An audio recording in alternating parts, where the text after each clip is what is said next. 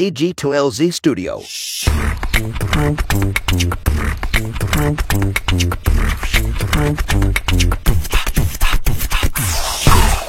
Selamat pagi, siang, sore, atau kapanpun yang teman-teman waktu yang teman-teman pakai untuk mendengarkan podcast ini. Kembali lagi bersama saya Panji di podcast Ngobrol Bisnis, dan kali ini sudah bersama saya adalah Insinyur Haji Juanda atau Kang Ajun. Jalan Dago. Jalan Dago. Nah, itu pertanyaan pertama, Kang.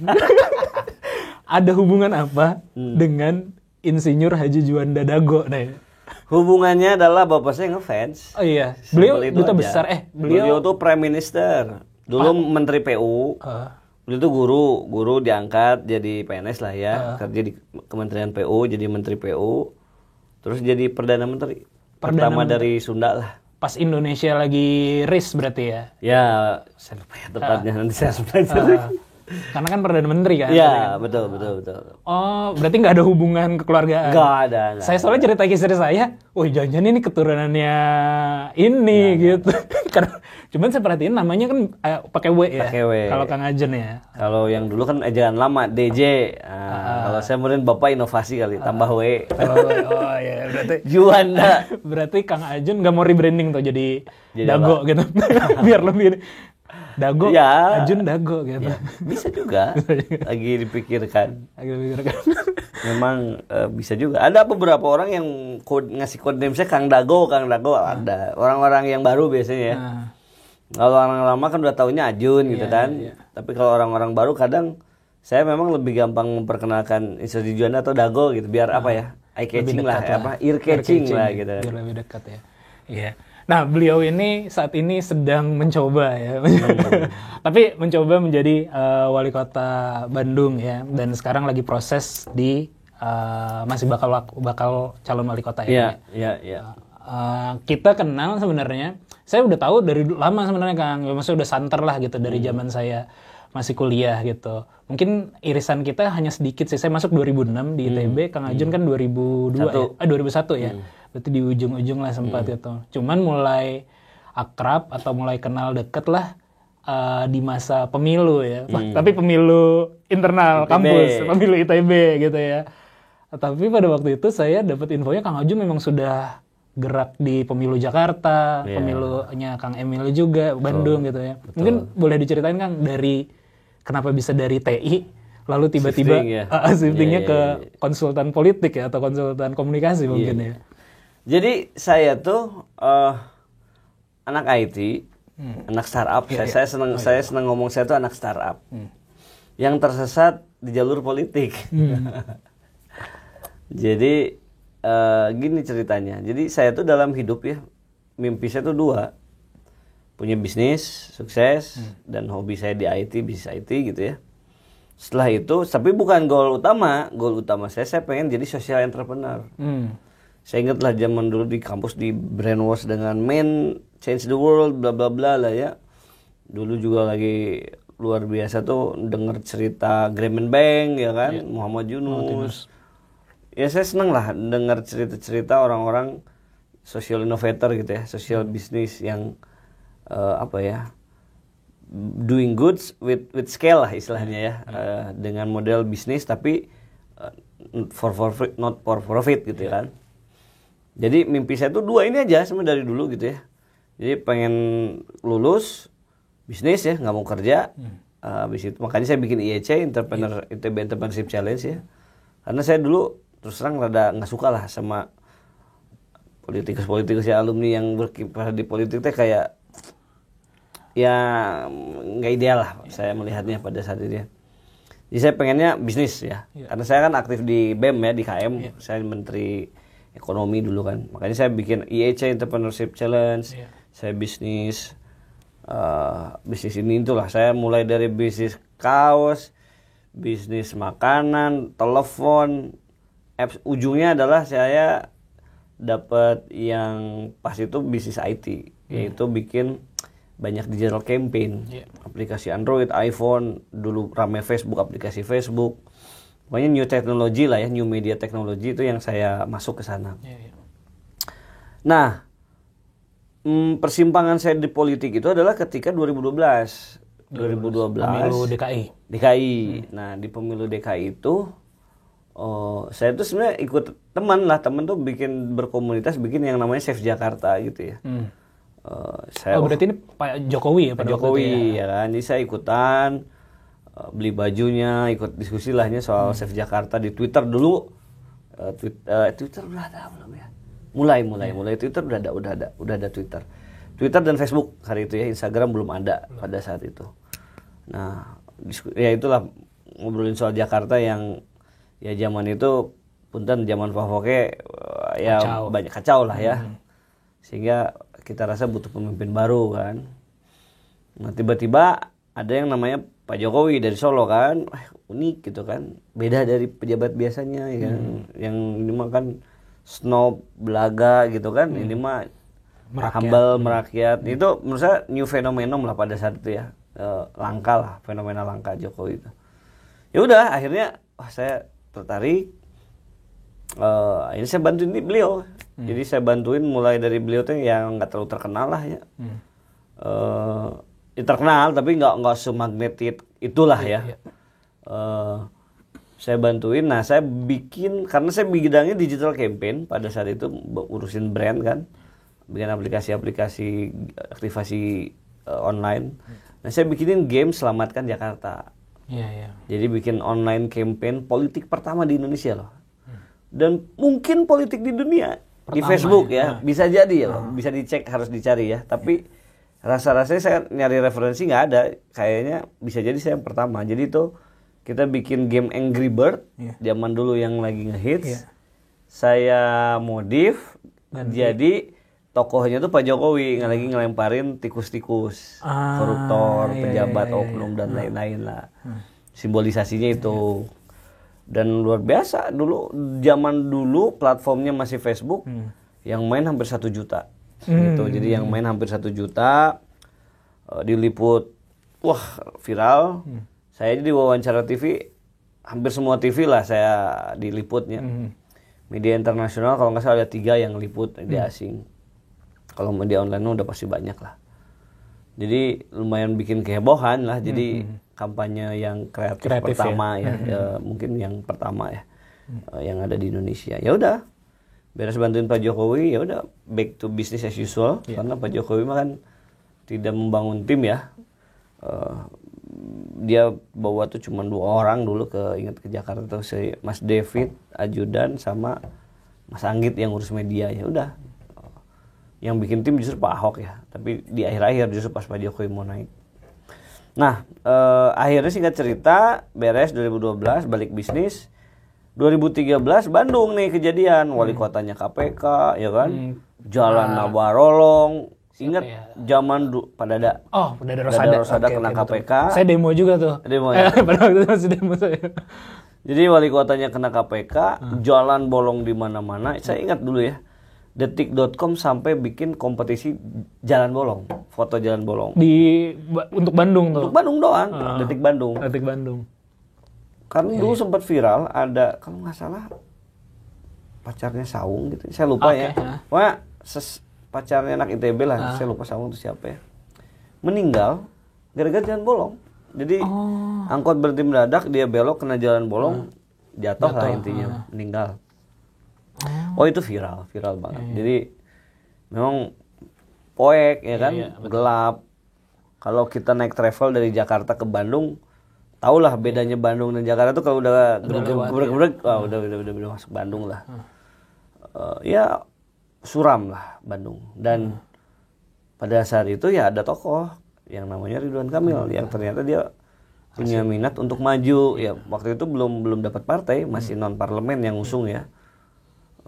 Wah saya mikir masa Jakarta saya bantu, Bandung enggak kan gitu kan. Kang Ajun tuh lahir dan besar di Bandung berarti? Lahir dan besar di Bandung.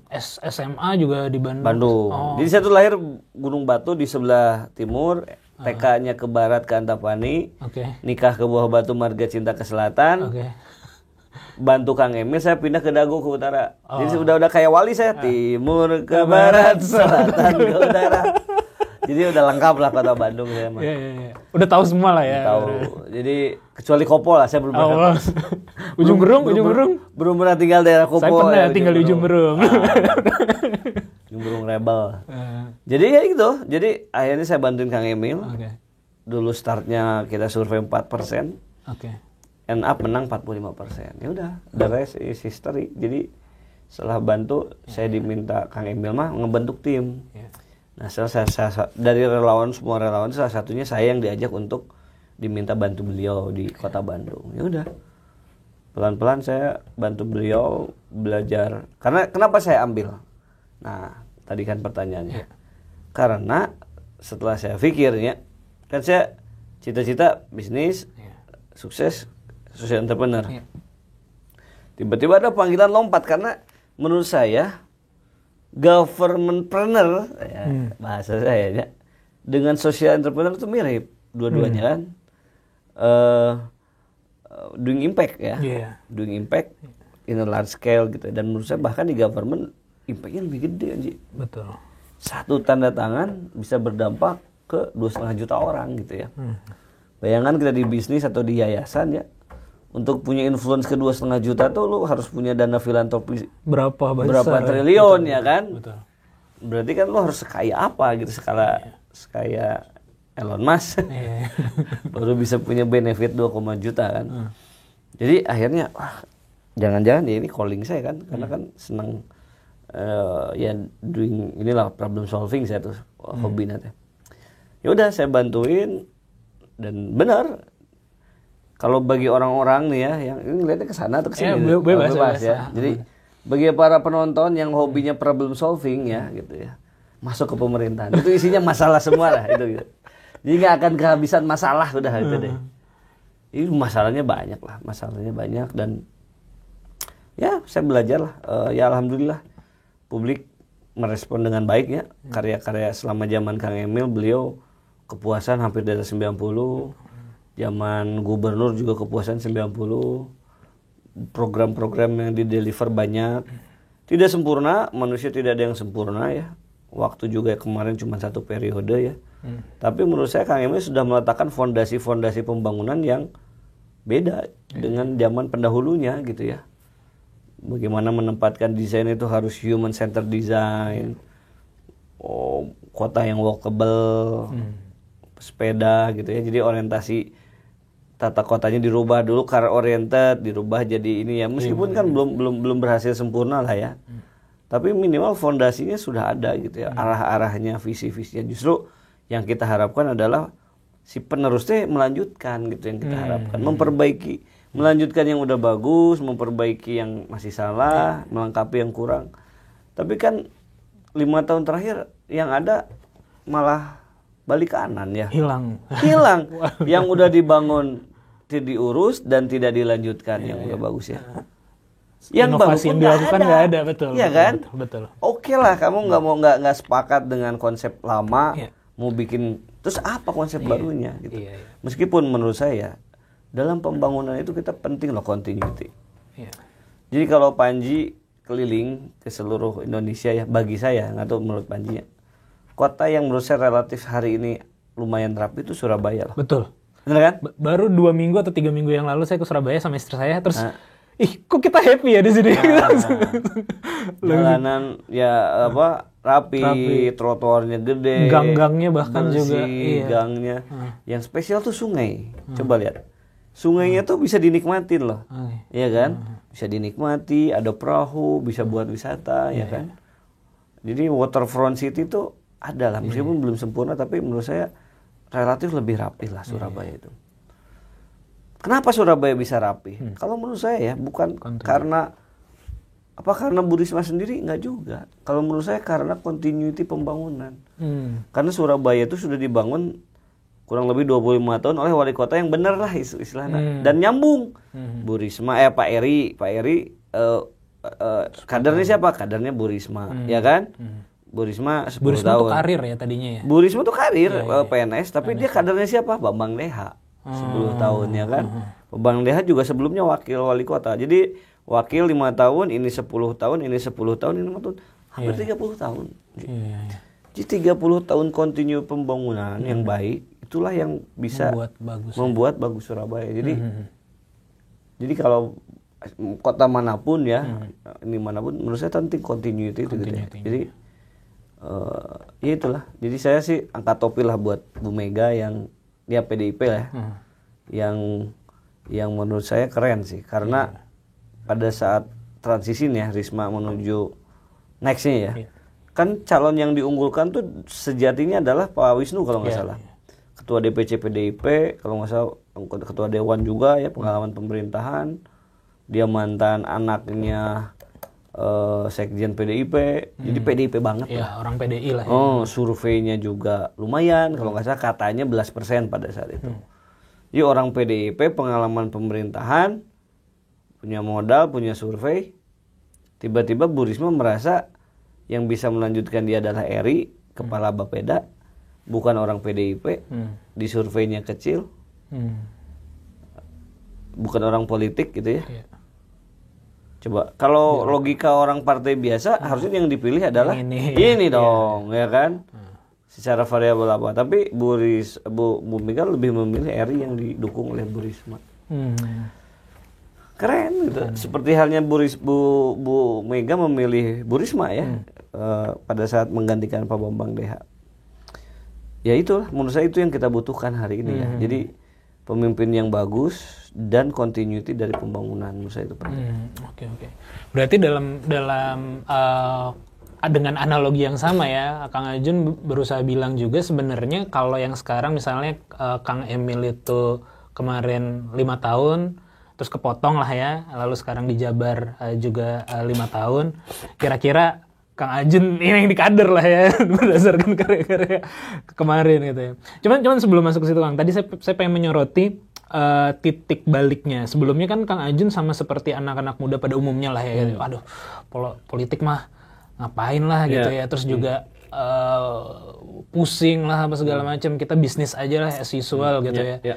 Tapi ketika 2012 lalu 2013 terlibat di Bandung, tergeraknya itu karena tadi ya ada impact-nya bisa lebih besar gitu.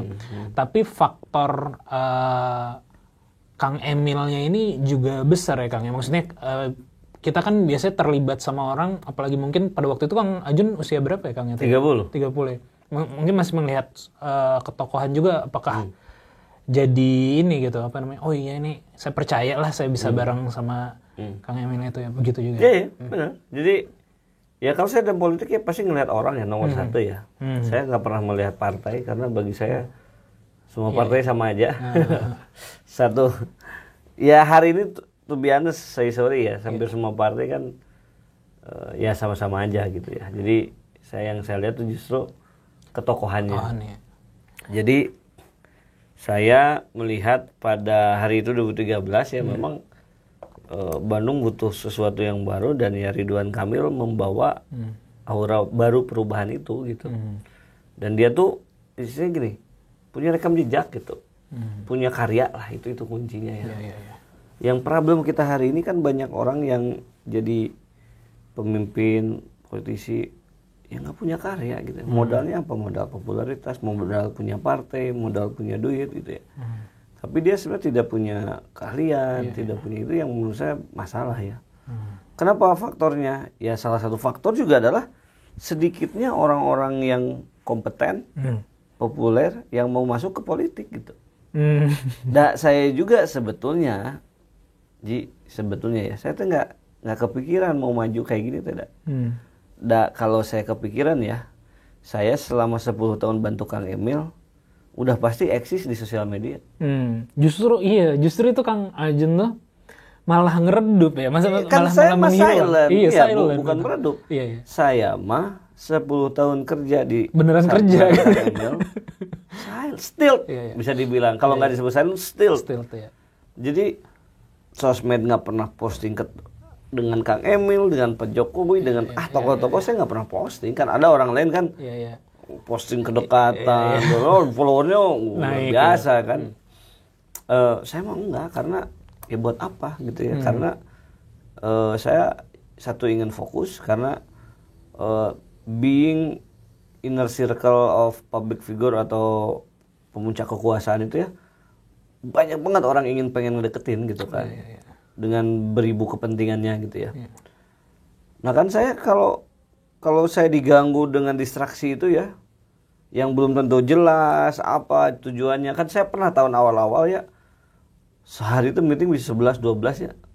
Saya sampai kemarin tuh saya meetingnya sama siapa tuh udah lupa lah gitu nya. Karena saking ketemu orangnya pengen ini pengen punya itu, saya teh energi saya habis untuk ketemu orang gitu ya, dan bari nggak jelas juga follow up-nya apa gitu ya. Kalau saya bisnis meren saya jadiin itu buat sales marketing, tapi kan enggak, saya kan lagi ingin problem solving kan. Akhirnya saya mengevaluasi, wah saya nggak efektif nih waktu kan, saya harus fokus. Kira-kira dampak terbesar apa yang bisa saya berikan dalam sisa waktu lah. Dulu saya refleksi itu 2 tahun hanya, karena 2 tahun pertama tuh saya belajar trial error lah. Semua saya kerjain lah, gerakan 1 juta biopori, KAA, semua program apa Kang Emil saya kerjain. Dan kerjainnya tuh tanpa birokrasi. Gerakan 1 juta biopori contoh ya. Saya bikin gerakan untuk hujan kan supaya nggak banjir. Gerakan 1 juta biopori, lomba bikin 1 juta biopori, dananya dana CSR, panitianya panitia relawan. Orang dinasnya nggak terlalu dilibatkan. Sukses, kita berhasil nggak nyampe 1 juta tapi 700.000, tapi itu kan jumlah biopori terbanyak lah pada saat itu. Kita serahkan ke DLH, tolong dilanjutkan ini program. Nggak jalan tahun depan. Nggak jalan, kenapa? Nggak ada anggaran, orangnya nggak ngerti. Wah, cek saya teh banyak sekali program yang ya akhirnya istilahnya Kang Emil maunya A tidak sampai. Betul. Kalau dari gambar mah kayak tahu nggak gambar Game of Thrones tuh. Iya. Di depan tuh kudanya realistik, ke belakang peletat-peletat gitu ya. Itu ketika gitu. Pemimpin punya visi tapi di bawah eksekusinya berantakan. Jadi Iya. Pemimpinnya bagus, visinya 10, eksekutornya 5 ya, 5 dari variable-nya kan. Iya. Ya akhirnya saya memutuskan kayaknya yang krusial itu adalah membenahi SDM. Makanya saya fokus ke membenahi merit system. Kedua, membenahi anggaran, money ya. Karena apa? Karena untuk membangun apapun butuh anggaran ya. Tanpa anggaran ya nggak bisa membangun gitu kan. Yang terakhir membangun teknologi public service, memperbaiki public service dengan teknologi. Jadi membangun decision support system, membangun sistem buat mengefisienkan birokrasi ya, peningkatan kinerja aparatur. Yang terakhir aja meningkatkan, memperbaiki public service supaya lebih cepat, transparan dan lain-lain. Akhirnya fokus aja ke sana gitu. Dan untuk bisa achieve, saya nggak boleh ke distract, makanya saya lay low ya. Jadi saya fokus kerja aja. Dan ya alhamdulillah kayak di Jabar kemarin dari 555 penghargaan ke Kang Emil, saya kontribut 71 penghargaan lah. Yang saya kontribut langsung gitu ya. Ya begitu, dan saya tahu kalau yang namanya organ dalam tuh nggak boleh kelihatan. Kebayang mau jantung ada di luar gitu ya. Nah itu menarik sih Kang. Jadi di fase kurun waktu tersebut ya, saya kan juga berbisnis gitu, dan juga ada beberapa klien yang di government gitu. Nah Kang Ajun ini santer gitu namanya. Maksudnya saya juga tipikal tidak memanfaatkan pertemanan untuk mendapatkan apa lagi. Kita sama-sama tahu lah. Maksudnya saya kenal Kang Ajun udah lama, tapi tidak karena saya dekat dengan Kang Ajun saya mengambil kedekatan ini untuk mendapatkan pekerjaan atau apalah kayak gitu. Jadi tapi saya sering ngobrol sama dinas dan segala macam. Nah, Kang Ajun itu di beberapa dinas ya jadi apa ya? Urban legend. Iya, urban legend positif dan negatifnya Kang gitu. Dalam artian negatifnya nih misalnya wah terlalu keras lah, yang kayak gitu-gitu sering saya dapat selentingan seperti gitu kan. Nah itu kan juga hal yang apa ya namanya ya, secara memang kalau kita melakukan perubahan pasti banyak resistensi seperti itu kan, seperti itu. Tapi saya pengen lebih ke dalam, gimana, apakah Kang Ajun pernah dengar selentingan seperti itu, dan terus kalau pernah dengar handle-nya gimana tuh Kang? Itu kan usia 30-an. Istri, anak, ada parameter-parameter kayak gitu. Jadi satu ya, walaupun bukan tokoh sentralnya ya tadi ya, seperti dibilang di tangan kanannya lah yang yang ngehandle memastikan visinya nyampe ke bawah kan justru itu yang apa sih ini anak mana ini gitu-gitu kan agak suka ada yang begitu. Ya, jadi gini ya. Dalam politik ya, kita tuh memang tidak terhindarkan tiba-tiba jadi punya musuh gitu ya. Apalagi kalau kita melakukan dobrakan-dobrakan, gebrakan. Betul. Pasti akan ada yang nggak seneng ya, yang dulunya nyantai dibuat jadi disiplin, ya kan orang yang malas keganggu gitu kan. Kayak dulu aja, saya tuh dengan sistem saya tuh banyak loh behavior ASN yang oknum lahnya, yang itu akhirnya kita babat gitu. Perkeliruan yang akhirnya terbabat karena saya terapkan sistem ya di government gitu ya. Contoh sesederhana ketika kita absensi mobile gitu ya, TRK gitu ya. Ternyata di PNS tuh ya banyak loh orang PNS yang masuk aja enggak tapi tetap digaji, ada banyak. Ada loh yang datang absen pulang gitunya nggak kerja, gaji sama gitu, ada. Bahkan yang mengerikan dulu di Kota Bandung, saya ingat banget. Ketika kan data kepegawaian itu nggak pernah akurat. Bahkan data kepegawaian nggak pernah akurat. Saya selalu masuk ke sebuah instansi, ya Bandung, ya Jabar, ketika masuk tuh situasinya adalah data tuh selalu nggak akurat. Antar instansi itu beda jumlahnya. BKD, bisa gitu ya? Bahkan kayak di provinsi itu ya jumlah kepala sekolah aja, BKD, Disdik, Bapeda, BPKD beda jumlahnya. Padahal jumlah sekolah ya, tentunya kepala sekolah. Nah, suatu ketika saya terapkan sistem, kok beda ini jumlah pegawai gitu, dan lebih gede yang dibayar dibanding yang terlihat aktif. Ternyata, ya bahala ya, saya nggak nyebut siapa tahunya lah pokoknya. Zaman dulu tuh ada oknum yang membiarkan pegawai meninggal tetap dibayar. Kenapa? Karena si uangnya itu bisa dipakai buat bagi-bagi. Oh, tapi tidak diberikan ke keluarga atau apa? Enggak, dibagi-bagi di unit itu. Oknum. Ya, jadi ada yang kayak gitu. Terus ada yang tadi yang orang yang cuman absen doang gitu ya. Ya dibiarin aja gitu. Jadi memang ada kultur pembiaran.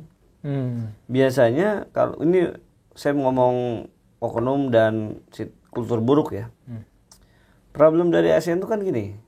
Menurut saya ini pemerintahannya bukan ASN ya. Problem apa bedanya pemerintah dan bisnis? Kenapa pemerintah by nature on average selalu lebih lambat dibanding bisnis? Mereka tidak ada target yang mesti mendapatkan keuntungan kan sebenarnya. Jadi seolah-olah tidak ada target achievable yang kayak gitu-gitunya gitu. Trigger apa bukan? Target achievable mereka punya IQ namanya. Indikator? Jadi, indikator kinerja utama, KPI. KPI Okay. Ada. Tapi formalitas. Masing-masing. Tapi formalitas. Penyebab utama adalah bisnis itu punya kompetitor. Betul. Pemerintah tuh nggak punya kompetitor. Kalau bisnis, betul.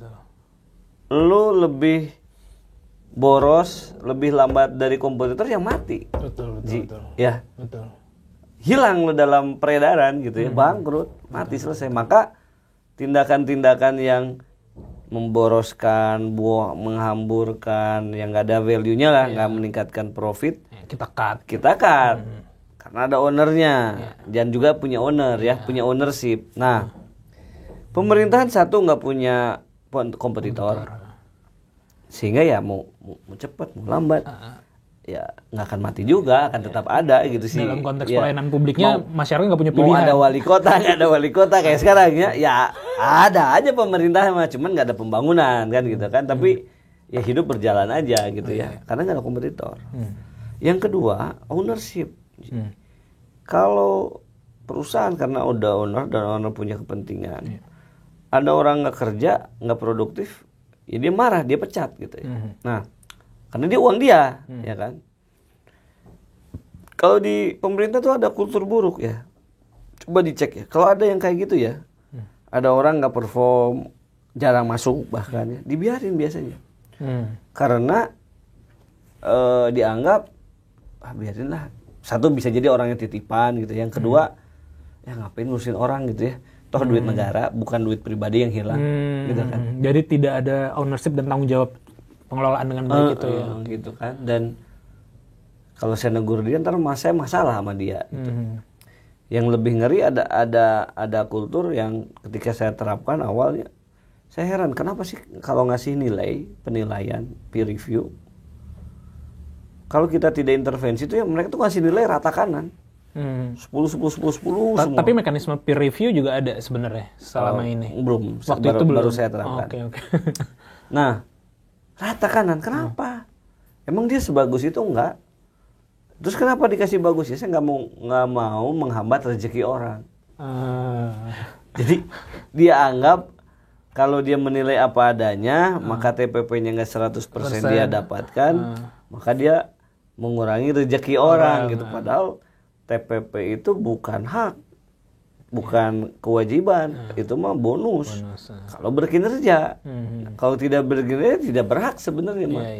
Tapi karena nggak mau konflik, nggak mau, bukan duit dia sendiri gitu ya. Jadinya ada kultur pembiaran. Nah itu pembiarannya levelnya tuh banyak, membiarkan. Ada yang sampai tadi ya orang nggak masuk dibiarin, ada yang ya ada bahkan ya kalau sakit, tapi menurut saya salah tetap. Kalau ada orang sakit, pejabat struktural sakit apa berat, udah nggak bisa kerja, kadang atas dasar kemanusiaan dibiarin aja. Ini kenapa ini saya bilang merah gini nilainya? Oh dia sakit pak, stroke, udah 6 bulan. Terus kenapa masih menjabat?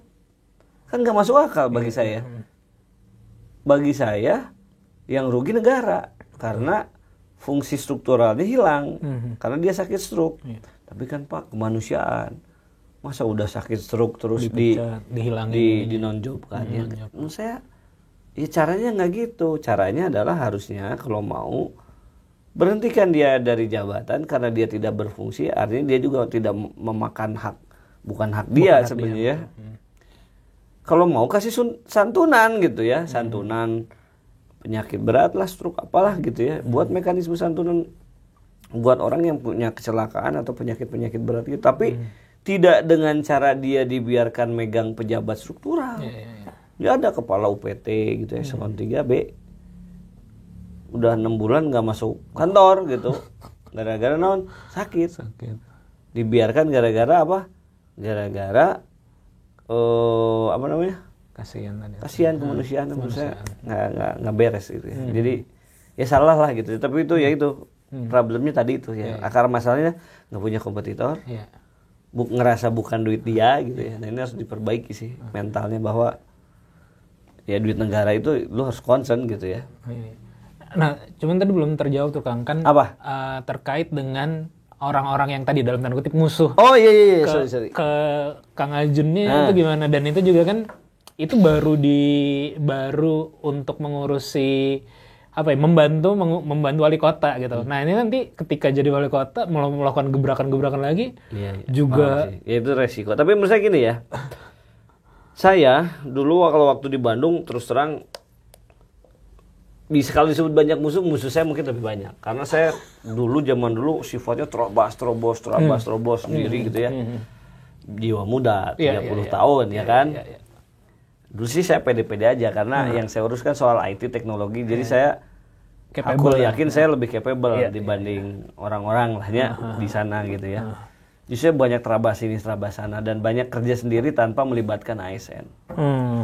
Itu menciptakan ketersinggungan dan bagi saya yang saya lakukan tuh nggak sustainable.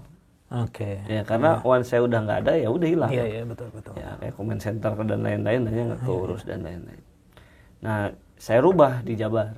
Ketika di Jabar, dalam bekerja, saya tuh selalu kerjasama dengan ASN. I see. Karena bagaimanapun yang bikin sustainable harus pairing gitu ya. Jadi memang dalam pemerintahan itu kita harus mengaminkan domain expert yang mengerti keahlian. Dalam konteks saya IT berarti kan digital talent, programmer, designer, data analis. Yang hari ini memang nggak ada resource-nya di dalam ASN. Karena kebanyakan ini kan non teknikal, kebanyakan administratif ya. Nah kita harus kawinkan dengan ASN sendiri karena mereka yang punya tupoksi, mereka yang punya tanggung jawab, mereka yang ngerti kulturnya, mereka usernya. Nah ini harus kita kawinkan ya, menjadi dalam satu tim untuk bisa menyelesaikan sebuah permasalahan. Nah jadi kalau di Jakbar rasanya kalau disebut lebih soft ya. susah itu kayaknya saya nggak ada ya. Bukan bilang nggak ada, pasti ada aja yang nggak suka ya. Karena lagi-lagi kerjaan saya adalah membuat sistem. Sistem itu apa? Kalau saya bikin sistem berarti bisnis proses itu akan dikembalikan sesuai aturan.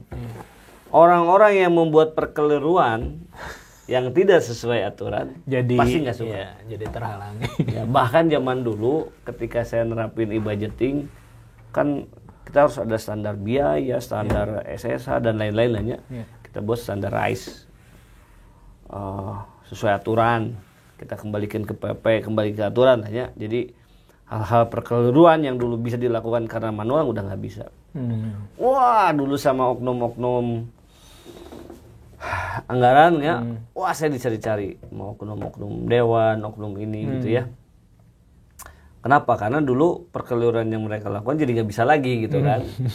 Saya dulu dikenal dengan si penjaga portal.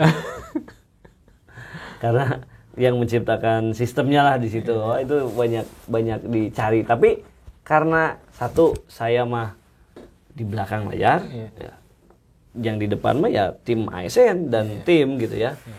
Nggak pernah kelihatan kan, dan semua istilahnya decision itu kan by system. Jadi bukan atas perintah saya atau enggak, Dan semua. Kang Ajun juga tidak mengambil sesuatu apapun dari situ ya, benar-benar hanya untuk kebaikan gitu ya. Betul. Saya nggak ngambil apapun ya kan, nggak ada kepentingan saya sebenarnya. Jadi karena yang ngambil decisionnya Kang Emil gitu kan, yang bekerjanya ASN dibantu oleh tenaga ahli. Saya mah cuma mengkonekkan visioning dan mengkolabkan ini ya jadi berjalan gitu. Jadi bahkan ya orang-orang nggak tahu gitu siapa. Nama asli saya aja orang-orang yang nggak suka tuh pada nggak tahu juga sebenarnya. Masa nggak tahu sih kayaknya. Bener serius. Baru pada tahu. Jadi ada yang lucu. Jadi di grup yang orang nggak suka gitu ya. Kok tahu ada grup orang nggak suka? Ya pokoknya nama ada yang lapor. Pokoknya di sebuah grup umum.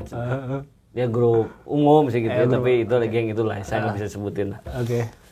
Kan kesel ini saya sih no bikin ini jadi rumit, jadi nggak bisa segala nggak bisa. Wah yang ngarannya si Ijun. Ijun. Satu ngarannya Ijun.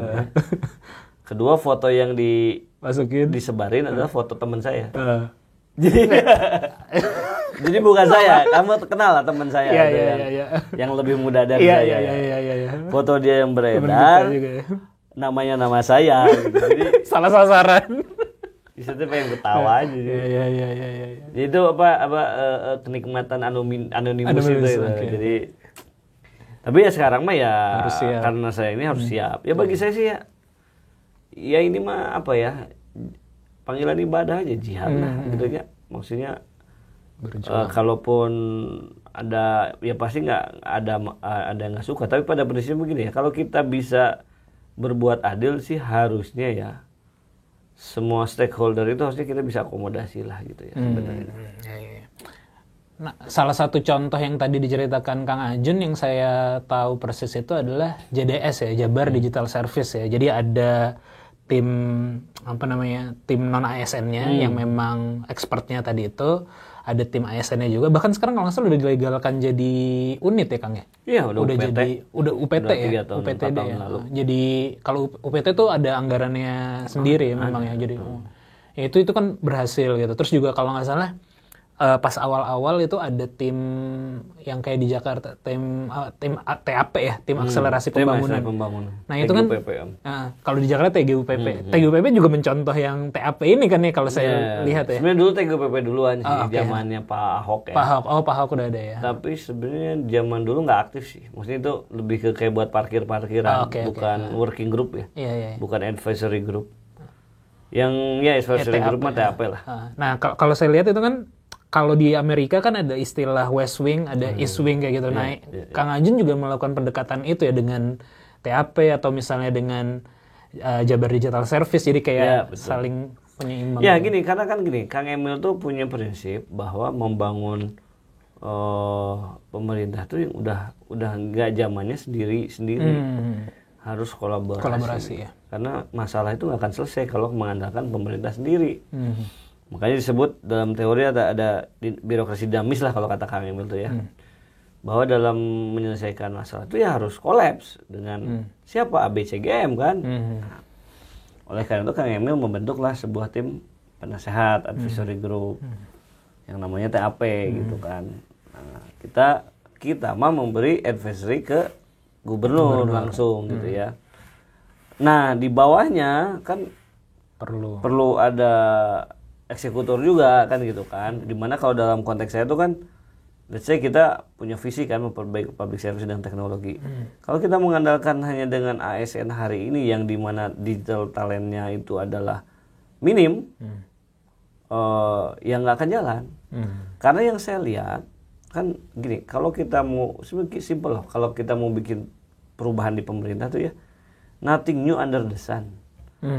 Di belahan bumi ini pasti ada yang sudah berhasil ya melakukan reformasi. Nah, dalam konteks digitalisasi saya juga belajar. Saya belajar di US tuh punya USDS. Oh, ternyata dia belajar di UK, ada UKDS. Oh, ada Estonia, ternyata yang paling canggih ya, Estonia.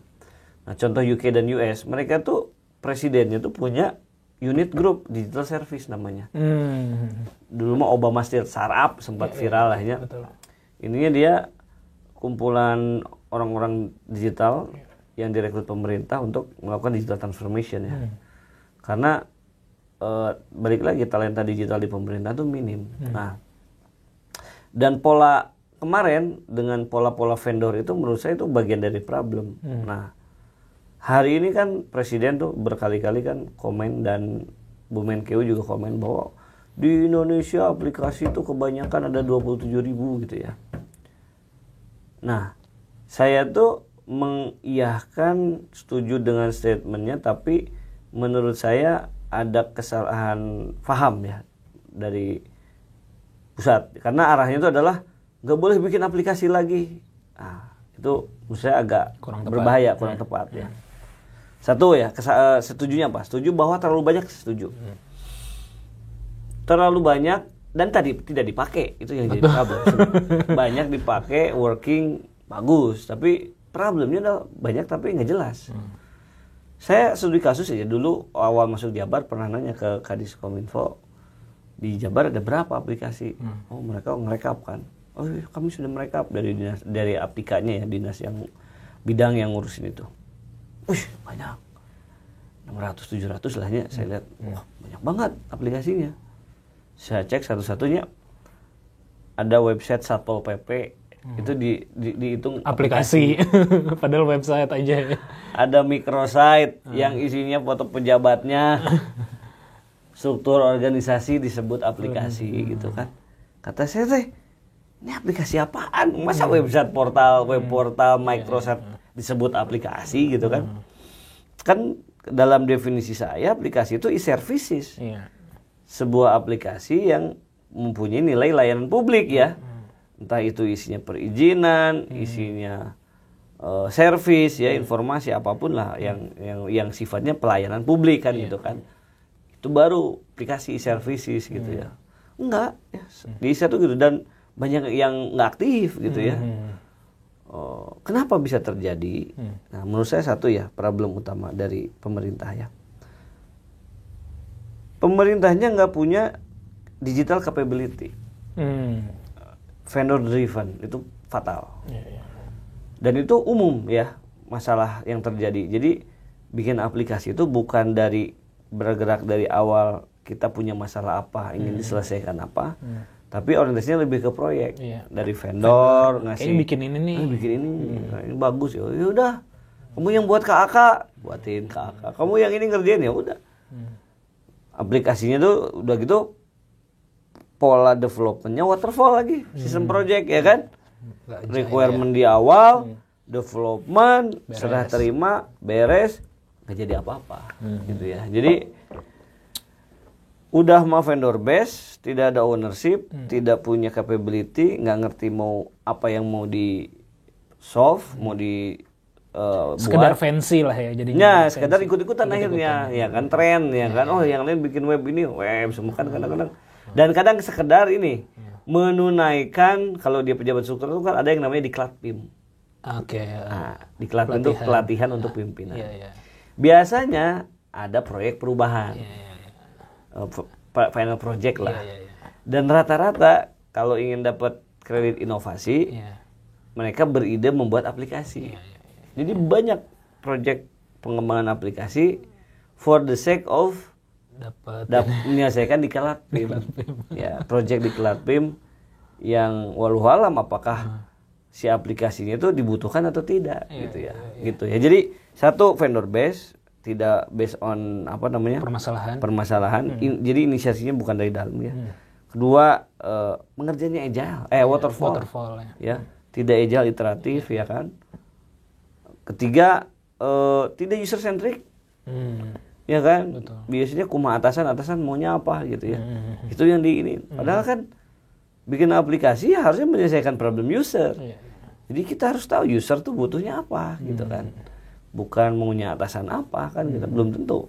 Yang dimau atau vendor yang maunya vendor apa lebih parah. Hari ini banyak yang ya atasan nggak ngerti apa-apa vendor base, tapi si vendor juga ngerti usernya butuh apa gitu ya. Jadi tidak user centric. Ini ya itulah hasilnya puluhan ribu tadi, meskipun menurut saya 27.000 tuh saya hakul yakin website dihitung. Kebanyakan juga ya. Atau dia ngitung dari anggaran.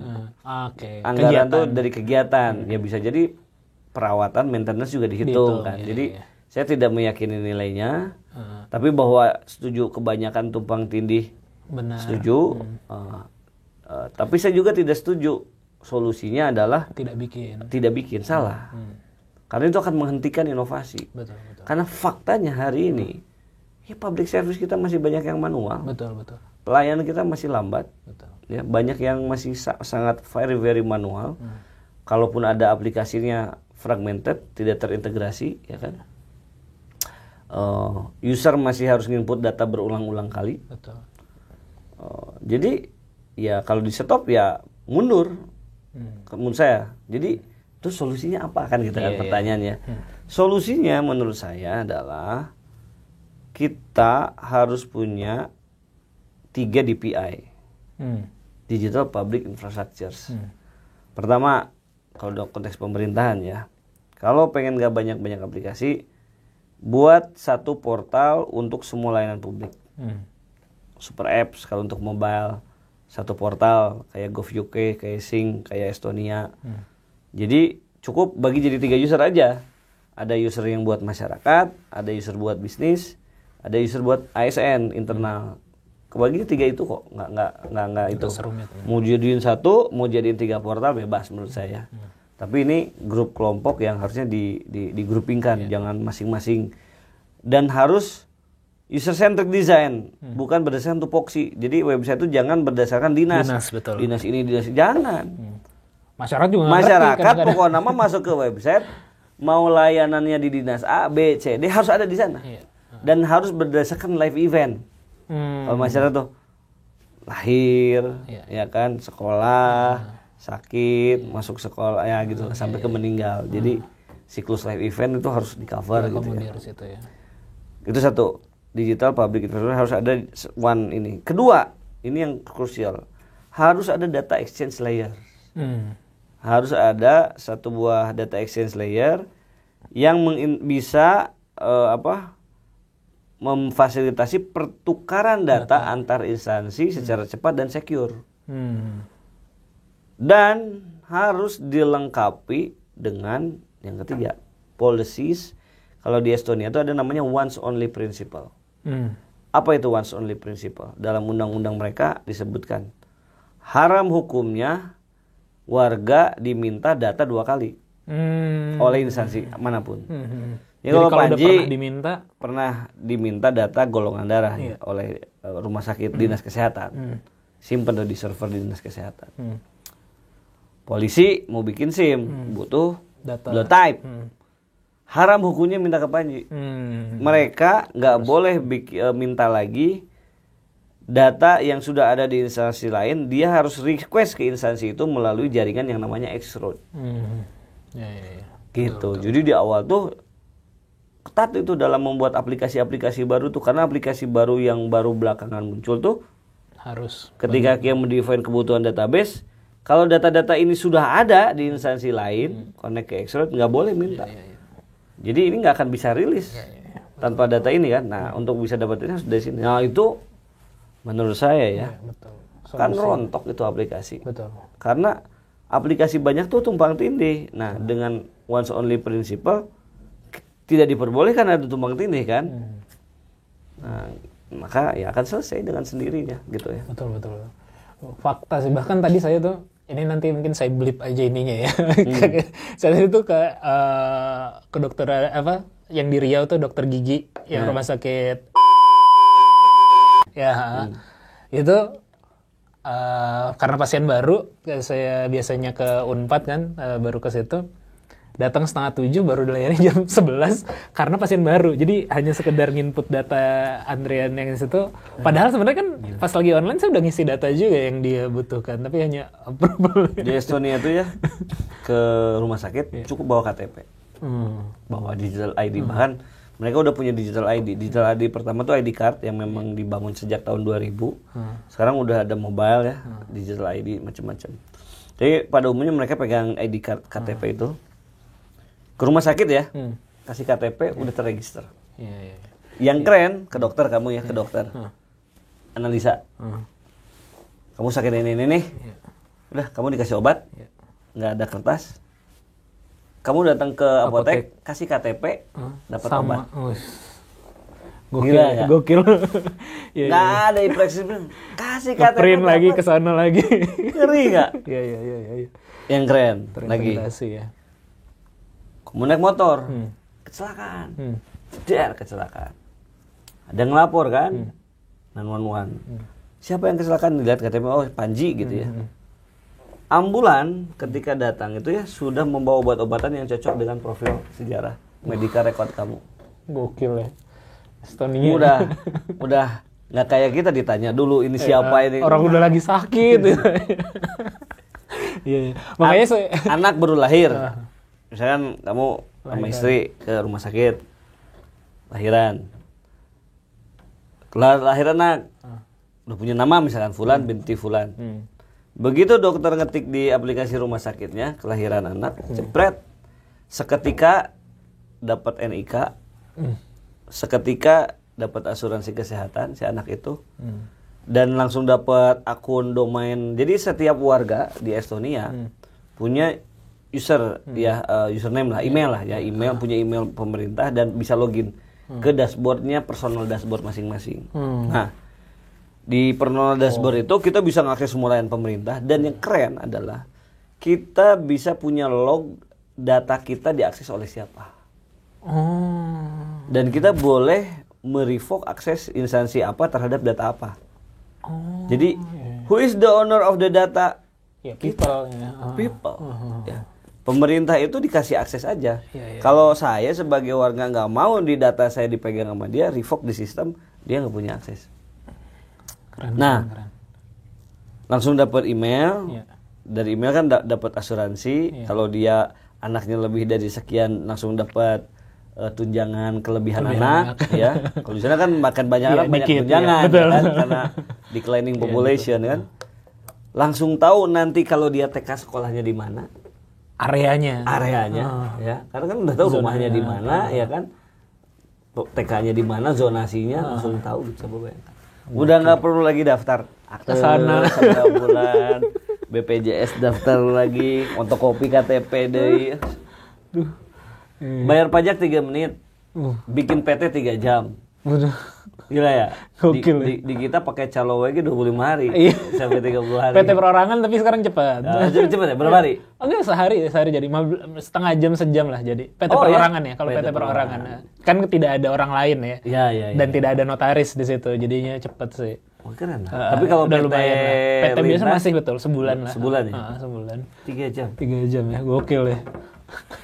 Iya, kalau saya lihat kan Kang Ajun juga tuh belajar ke US ya. Saya ikut programnya juga program yang luar biasa, FLP ya, yang internasional. Saya FLP 2 kali loh. Bisa 2 kali ya. Saya lihat soalnya kalau di FLP, saya juga ngikut, cuman baru sekali dan online Kang. Sialnya. Aduh. Pas zaman Covid kemarin. Jadi kalau saya lihat profilnya FLP tuh kayak Megawati, Habibie yang kayak gitu-gitu kan. Kang Ajun juga ngikut 2 kali bahkan ya. Ya, FLP pertama terkait Smart City ya? Smart City, bukan Innovation dan Teknologi kalau nggak salah. Oke, startup lah ya. Startup-startupan lah, Innovation Teknologi 2012 kalau nggak salah kan. IVLV kedua terkait Smart City bareng Kang Emil. Ya, IVLV pertama mah saya keliling tuh, jadi dari biasa kan Washington dulu kan, Washington, New York, Philadelphia, Delaware, Kansas City, Seattle, Silicon Valley sih sendiri. Bareng Kang Emil itu DC, Portland. Jadi lebih ke smart city-nya dan ya, tata kota. Tata kota ya. Portland lah, di Portland tuh penataan kota saya belajar. Alhamdulillah saya tuhnya blessing ini gitu ya. Yang mahal tuh adalah dengan membantu ini saya keliling berapa puluh kota, berapa negara lah. Dan kelilingnya pun difasilitasi dan rata-rata undangan. Dan saya bisa belajar banyak hal langsung gitu ya. Kayak itu kan langsung dengan pemerintahnya. Ketemu decision maker, ketemu ini. Saya ikut rule dulu ya dari East West Center di Hawaii. Sempat di program Korea saya ikut belajar pemerintahan di Seoul ya, social innovation-nya. Banyak lah. Saya ke UK belajar UKDS di Digital Academy-nya. Saya ke Estonia, saya belajar di Estonia. Jadi lumayan banyak mempelajari banyak sistem di berbagai negara lah. Ya. Ini tadi saya pas lagi kita off the record ya, belum mulai. Ini kan saya pengen podcast saya ini kan podcast ngobrol bisnis. Oh iya. Jadi saya pengen kita sedikit ngebahas framework bisnis, tapi dalam konteks politik atau dalam konteks pemerintahan, government atau misalnya dalam konteks campaign ini juga nggak apa-apa sih. Boleh. Jadi kalau salah satu framework yang biasa kita pakai kan BMC ya, Business Model Canvas. Kang Ajun udah apa lah ya, teman-teman juga udah sering banget denger lah di podcast saya ini gitu. Nah, biasanya kan kita ngisi dari, misalnya gampangnya dari value proposition. Value proposition yang tadi Kang Ajun udah ceritain banyak tuh. Pengalaman 10 tahun lebih, terus juga pendidikan, belajar, juga ide-idenya, juga berani dimusuhi, itu value-value-nya gitu. Target marketnya adalah dalam konteks ini adalah masyarakat Kota Bandung nih. Tapi mungkin nanti bisa dispesifikin lagi nih yang cocok. Kan kalau kita ngomongin market, belum tentu kita harus mass market. Siapa tahu segmented, terus juga yang penting kalau dalam politik mungkin bisa menang asal curugnya cukup besar, nggak mesti lah ngegarap yang memang nggak cocok nih kayak gitu kan, ada-ada aja. Mungkin nanti bisa dieksplor ke situ, dan nilai tukarnya adalah revenue-nya ini adalah ya kewillingan atau kemauan mereka untuk nge-vote kan. Nah mungkin kita bisa eksplor situ gimana kan? biar agak bisnis. Boleh. Saya senang kalau bikin. Saya kalau di government suka bikin sendiri framework sendiri, framework Canvas sendiri, modifikasi dalam merancang program kerja di pemerintahan. Betul. Karena saya ngeliat sendiri kalau Kang Ajun dan timnya gitu di JDS atau di Kota Bandung itu memang banyak main di design thinking gitu kan, terus juga menggunakan framework yang modern lah dalam untuk biar lebih singkat dan cepat kan dalam prosesnya gitu. Betul. Nah kalau dalam campaign ya, apalagi kemarin ada pengalaman juga ya Kang di Pileg ya, walaupun belum terpilih gitu ya, belum takdir. Tapi untuk menyampaikan value tadi, kita ngelihat bagian ada channel nih misalnya. Gimana Kang Ajun bisa ngedeliver channel ini nanti atau kita ngomongin segmennya dulu. Kira-kira yang cocok sama segmennya Kang Ajun nih? Segmen saya? Segmen tuh bisa dibagi menjadi 2 atau 3. 2 lah ya, demografis dan geografis ya. Nah, mungkin yang paling pas demografis ya. Kalau bagi saya, segmen saya yang pas itu adalah Gen Z dan milenial ya. Secara sasaran. Kenapa? Gen Z milenial tuh kalau digabung itu data KPU 54%. Oh, market share menang berarti nih ya. Gede, Kalau ya kan? kita ngomongin market share ya berarti ya, 50. Big population. Oke. Kedua kan batasnya 40 kan? Saya ini kan pas perbatasan milenial. Oh, usia. Usia. Oke. Dan saya dalam kontestasi hari ini saya calon O2 sekarang sama Dani ya dari Gerindra. Tapi kan saya mungkin pasangan. Jadi saya salah satu calon termuda lah untuk wali kota ya. Berdua bareng Dani lah gitu ya. Jadi yang masih masuk di segmen ini di juga. segmen. Nah, yang selebihnya nama-nama the rest ya, yang puluhan sisa namanya tuh 50-an ke atas lah atau akhir 40-an. Udah mereka nggak bisa ngeklaim anak muda lah. Yang bisa ngeklaim anak muda mah cuma saya sama Dani lah gitu ya. Nah, jadi saya menggarap segmen dua itu karena dan itu market share-nya udah lebih dari 50 ya, lah. satu marketnya besar, kedua spektrumnya saya lebih relate ya. Di antara semua calon mungkin saya yang main Mobile Legend. Bocah ML juga, bocah ML. Saya paham gitu, betapa toksiknya pemain Mobile Legend gitu ya. Jadi saya tahu lah bahasa anak-anak Gen Z milenial dalam konteks gamers ya. Karena setelah ACL saya putus, saya nggak bisa main bola. Aduh, jadi sempet saya, ini. Jadi saya mainnya di game. dari kaki jadi jari sekarang mainnya. Nah, jadi itu. Jadi saya akan menyasar Gen Z milenial. Karena secara usia juga saya lebih dekat ya. Saya paham juga lahnya secara ini. Terus ya mungkin juga karena saya ini mungkin satu-satunya yang berkampanye dengan gagasan. Coba yang lainnya. Ada nggak yang sudah mendeliver gagasan-gagasan soal Bandung? Kalau saya sejak di caleg, saya sudah menyampaikan banyak isu dan banyak gagasan gitu ya. Iya, betul. Sehingga yang early adopter saya menurut saya adalah ya orang-orang yang terdidik ya. Dan Bandung ini ada 20% sarjana S1-nya ya. Jadi itu lumayan ceruk pasar juga yang early adopter saya lah gitu ya. Karena pengalaman saya 10 tahun berdampingi Kang Emil, saya ini dari sisi perencanaan penganggaran ya, manajemen APBD, insya Allah saya kayaknya menguasai ya. Karena sistem e-budgeting yang dipakai nasional hari ini kan saya yang buat. Ya kan? Jadi saya berani ngadu lah. Konteks perencanaan, penganggaran, penatausahaan. Kandidat yang lain mah nggak akan ngerti apa itu UPG, UTU, saya yakin nggak ngerti. Dan kenapa itu harus diperkecil gitu ya dalam konteks efisiensi. Nah, perencanaan saya bisa, penganggaran dan keuangan lah, manajemen APBD. Kedua, pengelolaan kepegawaian SDM, uang saya bisa ngelola SDM. Yang membantu Pak Ridwan Kamil meraih merit system Jawa Barat 2 periode berturut-turut dan nilainya dari 275 ke 375, 39 sekarang 400.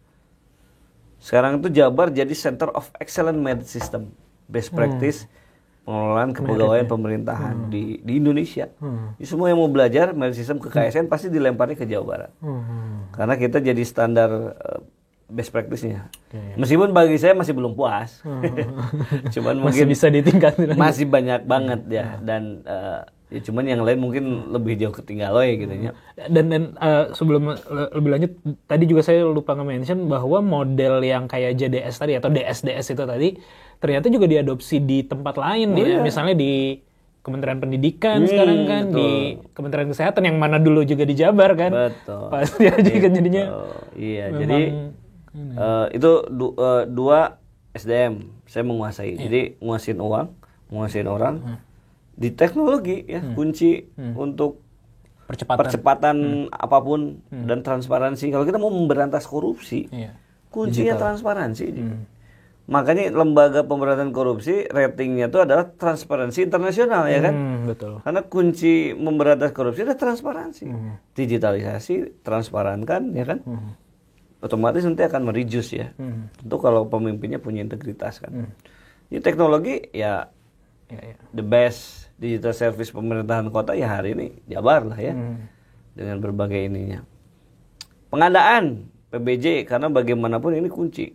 Kita punya visi, punya anggaran, punya orang, tapi problem dalam deliver pengadaan. Kenapa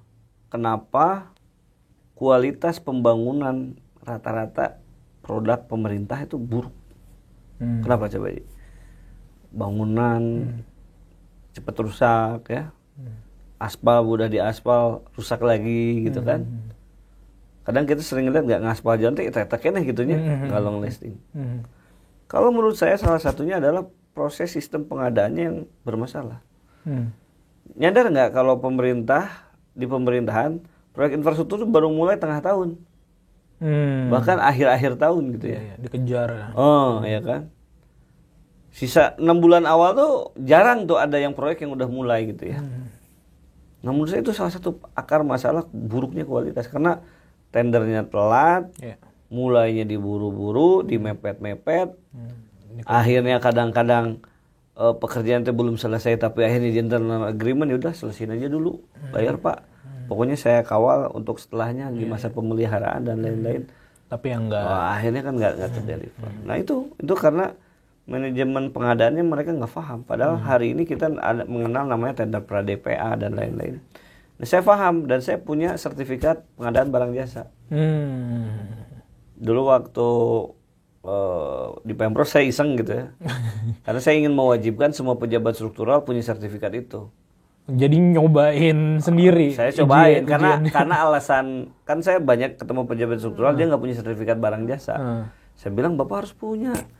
Kalau Bapak nggak ngerti pengadaan, gimana Bapak bisa mengeksekusi program? Pak sulit Pak gini-gini. Itu tuh bukan syarat jadi PPTK. Belum itu nggak jadi syarat. PPTK ya syarat jadi pejabat struktural enggak. PPK-nya enggak ya, pejabat strukturalnya enggak ya. Okay. Meskipun sekarang udah ada undang-undang peraturan baru yang mewajibkan ya. Mewajibkan dia harus ada tapi tahun berapa lah berlakunya saya lupa ya. Jadi saya sampai ngambil sertifikat tuh supaya ngetesnya. Saya bisa nggak sih? Susah apa sih gitunya untuk dapat sertifikat barang jasa? Saya belajarnya 2 hari, ujiannya hari ketiga kan. Belajar, ujian hari ketiga. Dari standar passing grade 167, skor saya tuh 24 sekian lah. Tertinggi lah di kelas. Cuman modal belajar 2 hari doang. Udah open book sebenarnya mah. Gak sesusah itu gitu. Jadi saya menguasai pengadaan, saya menguasai perencanaan, saya menguasai SDM, saya menguasai teknologi, dan saya mendampingi Kang Emil selama 10 tahun. Jadi ilmu tata kota saya belajar dari beliau, kreativitas dan lain-lain. Jadi soal gagasan dan ilmu pemerintahan, insya Allah lah gitu saya berani gitu ya, untuk beradu dengan kandidat lainnya gitu. Makanya saya ingin menyasar segmen yang terdidik itu gitu ya. Karena saya confident lah gitu ya, dan bisa lah untuk bisa beradu gagasan lah terkait Kota Bandung. Iya, dan juga kalau kita ngomongin tadi balik lagi ke bisnis modelnya, berarti value-nya itu, targetnya itu channelnya dan customer relation-nya dengan model-model yang kayak kemarin dilakukan lah ya, relawan, aktivasi kegiatan, channelnya. Dengan biasanya kalau dalam politik, channel itu adalah biasanya satu media, ya kan? Media itu yang media tuh biasanya kebagi jadi 2, ada 3 mungkin ya. Ada media luar ruang, baligo, spanduk dan lain-lain. Nah ini efektif untuk meningkatkan awareness. Gitu ya. Ada mainan Kang Ajun banget ya sebenarnya. Ada AIDA awareness itu di media luar ruang ya kan. Nah ada new media, ada konvensional media, berarti media masalahnya, ada sosial media gitu ya. Ada 3 ini gitu kan.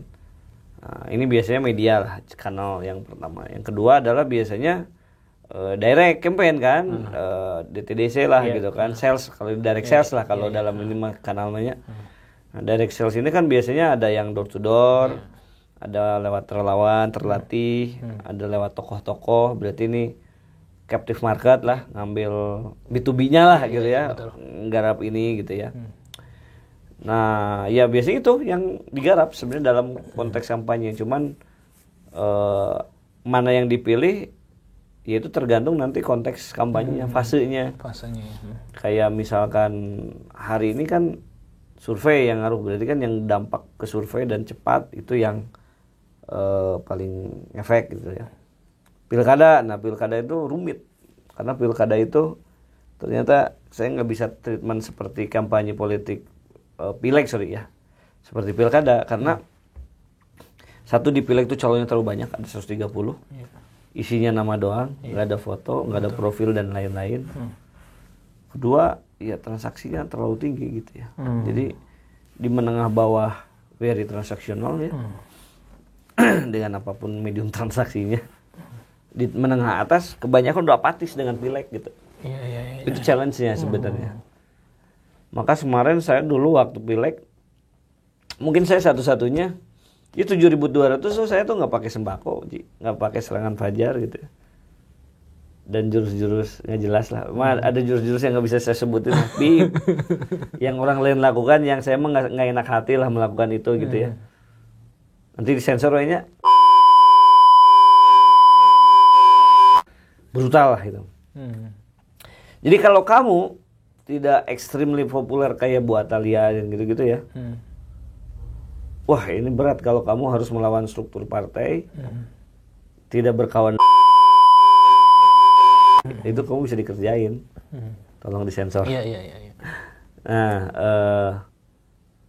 ya intinya harus kuat ya. Nah kemarin saya benar-benar 7.200 saya tuh ya nggak pakai yang jurus hitam semua ini, saya nggak pakai. Even yang cuman yang saya menyesal, saya sebagai orang yang user centered design ya, tidak mendengarkan user. Apa tuh Kang? User maunya sembako Ji. Gue ngasihnya gagasan gitu kan. Tapi kan kalau di segmen market yang, tapi mungkin nanti ya untuk di Pilwalkot. Kalau kemarin kan terbatas oleh Dapil ya. Betul. Dapil mungkin di area situ segmen market yang tadi tidak sebesar yang target marketnya yang Gen Z tidak sesignifikan itu mungkin ya. Iya dan nyasar ke atas tuh nggak mudah. Saya coba nyasar ke menengah atas dulu. Ngejak diskusi, Bandung sedang tidak baik-baik saja. Iya, saya lihat kan. Zoom meeting. Saya sebar 4.000 undangan ke 4.000 rumah, yang datang 1 orang. Zoom-nya. 2 orang lah. Si konversinya rendah banget. Tuh. 4.000. Jadi saya mungkin satu-satunya kandidat yang A/B testing semua. Tuh saya A/B testing. Saya ada datanya. Ya tapi gamifikasi yang itu saya kan dapat ini juga tuh di rumah. Jadi kalau mau bikin buku ya pileg, nanti saya kalau rencana udah ada data-datanya. Ngebedah. Jadi 101 jadi caleg gitu, biar nggak ketipu, biar nggak gagal. Saya udah punya materi. Karena saya titik billboard baligo saya tuh ya, saya titikin JIS-nya. Saya ngetok door to door. Di sini kan termasuk banyak nih di Pahlawan ini ya kemarin ya. Saya nyebar brosur 80.000 rumah. Buset. Saya titikin semua rumahnya. Cuman sayangnya nggak ada uang 20.000 50.000 itu aja. Kalau ada itu mungkin meledak suara saya. Tapi jadi costnya tinggi banget. Iya. Saya juga nggak akan ngambil cara itu lah. Iya. Nah ini kalau tadi sisi kreatifnya Neng, ini sedikit lagi deh Kang ya. Bagian kirinya nih kalau di bisnis model kanvas ya, kaitannya sama resource nih Kang. Yeah. Mungkin yang saya pengen tanya pertama adalah partner ya, key partner ya salah satunya gitu. Kang Ajun ini kan saya agak bingung sebenarnya. Yang saya baca di sosial media itu Kang Ajun maju dari PSI ya, dapat surat dari PSI, tapi Kang Ajun kan Golkar ya. Itu untuk Pilwalkot hari ini. Iya, Pilwalkot hari ini. Jadi gini, saya tuh kader Golkar, saya wasekjennya Kang Emil di DPP Pusat. Oke. Nah, DPP Pusat ya? Pusat. Ketika saya memutuskan maju wali kota, saya tentu Golkar dulu yang saya garap. Ya, saya komunikasi dengan ketua kota, ketua provinsi. Cuman bukan masalah. Golkar itu beda. Golkar itu tidak open recruitment pendaftaran secara terbuka. Terbatas untuk internal. Nggak kayak konvensi ya, gitu nggak di open lah. Jadi bagi yang mau ya harus ketemu struktural ngomong gitu. Dan nggak ada prosesi-prosesiannya nggak ada. Nah, jadi yang setelah saya dapat restu dari Kang Emil, dapat restu dari Bu Atalia, saya diminta untuk mendaftarkan di Golkar. Jadi saya daftar, ketemu ketua kota, alhamdulillah diberi restu, ketemu ketua Bapilu dan sekretaris provinsi ya, Pak Iswara, dan diberi restu dan langsung pada hari itu juga langsung pendaftaran. Cuman memang tidak saya publis gitu ya. Dan yang mempublikasikan justru Pak Iswara kan, udah ada di media lah. Jadi saya daftar Golkar dulu, lalu saya bertanya ada arahan tidak kan, terkait koalisi. Kamu sebagai calon ya harus bisa merajut koalisi. Nah, masing-masing gitu. Dia mengambil contoh Bu Airin saja di Banten, dia suaranya 300.000 terbesar, survei paling tinggi. Per hari ini dia daftar ke semua partai koalisi. Oh, mekanismenya tuh begitu. Itu, jadi itu untuk istilahnya merajut koalisi lah gitu ya. Saya sebagai kader Golkar mendaftar ke partai lain. Nah, itulah yang terjadi setelah saya daftar Golkar, saya daftar PSI. Karena PSI di antara koalisi existing, Gerindra, PSI, Demokrat ya baru masuk belakangan. Gerindra tuh nggak open, udah ditutup lah ya. PSI masih buka. Ya, udah saya daftar ke PSI. Kebetulan saya berteman baik lah dengan anak-anak muda juga ya, banyak anak-anak ya. muda. Dan saya sih ya nyaman lah. Value-nya sama, pemberantasan korupsi gitu dan lain-lain. Gitu. Jadi saya tuh kader Golkar, mendaftar di Golkar, juga mendaftar di PSI. Oh iya, soalnya yang kemarin di grup-grup di-share kan, PSI-nya doang yang Golkarnya ketinggalan gitu ya. Jadinya berarti memilih partner dalam konteks kendaraan yang dipakai tentu saja dengan Golkar ya. Kalau mudah-mudahan nanti masuk ke calon ya Kang dan PSI kayak gitu. Key resource, key activity yang tadi juga lah. Kos nih Kang. Kos. Kenapa kosnya? Gimana tuh Kang?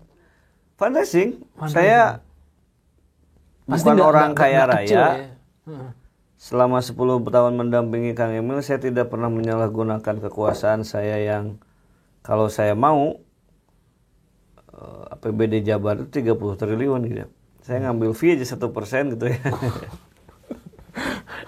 Dari semua proyek gitu kan udah berapa.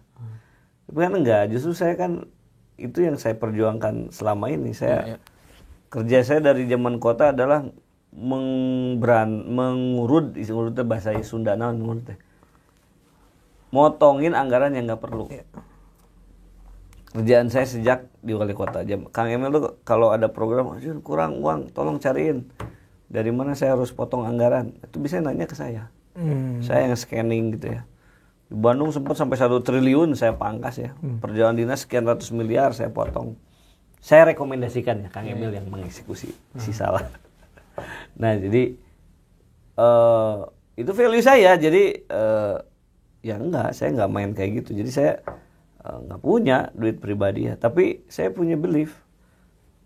Karena saya perjuangkan ini bukan buat saya pribadi. Saya ini berjuang untuk kota Bandung yang hari ini banyak masalah. Selama 5 tahun terakhir tidak ada pembangunan publik infrastruktur baru di kota Bandung. Tidak ada yang baru, yang besar satupun ya. Yang besar-besar itu semua bantuan provinsi atau pusat. Padahal anggaran kita besar, 7 triliun. Kemana ya itu ya? Infrastruktur nggak ada, kesejahteraan PNS turun, uang lari kemana? Nggak jelas. Pendapatan, zaman Kang Emil 1 triliun naik jadi 3 triliun ya, 5 tahun. Set. Surabaya sekian jadi 4, beda 1,5 triliun lah. 5 tahun berselang, Surabaya naik ke 6,5 triliun, Bandung 3 triliun gitu terus. Medan nyusul nyalip Bandung. Kita jadi selisih awalnya 1,5 triliun, selisihnya 3,5 triliun. Ada gap 2 triliun hilang. Jadi saya punya belief ya, ada 1 sampai 2 triliun pendapatan pajak kota Bandung yang either itu bocor atau mismanagement. Gede banget. Secara belanja kita kebanyakan overhead. Ini kita wali kota sekarang kan kemarin ditangkap juga kan ya? Iya, KPK ya. Kebanyakan overhead. Dari 7 triliun yang masuk sirup cuma 3 triliun. Dari 3 triliun yang dilelang cuma 300-400 miliar. 1,2 triliun pengadaan langsung. Ya. Pecah kecil-kecilnya masyarakat nggak dapat ya dapat remah-remah lah bisa dibilang gitu ya. Ya itulah kenapa ya Bandung gak ada perubahan. Belanja modal dari 25% turun ke 13%. Yang langsung ke masyarakat cuma 9%, 600-an miliar. Bandingkan dengan Medan 2,3 triliun, Surabaya 1,8 triliun.